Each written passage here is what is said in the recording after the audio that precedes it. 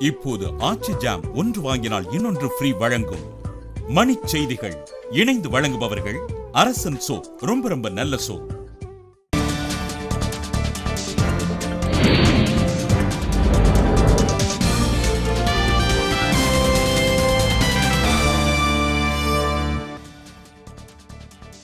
RK நகரில் நாளையுடன் பரப்புரை ஓய்வதால் தேர்தல் அதிகாரிகள் கண்காணிப்பு தீவிரம்.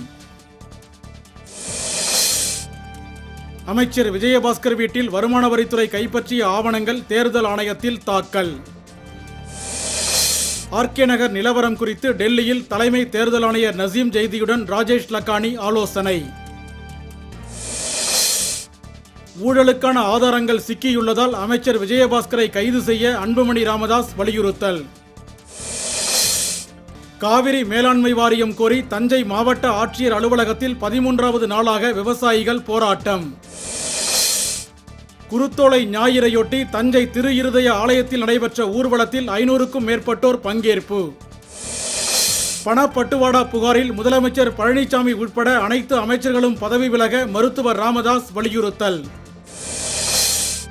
திருப்பதி ஏழுமலையான் கோயிலில் மலையப்பசாமி தங்கத்தேரில் வீதியுலா, ஏராளமான பக்தர்கள் வழிபாடு. ஆர்கே நகர் தேர்தலை ரத்து செய்யக்கூடாது என தமிழக காங்கிரஸ் தலைவர் திருநாவுக்கரசர் வேண்டுகோள்.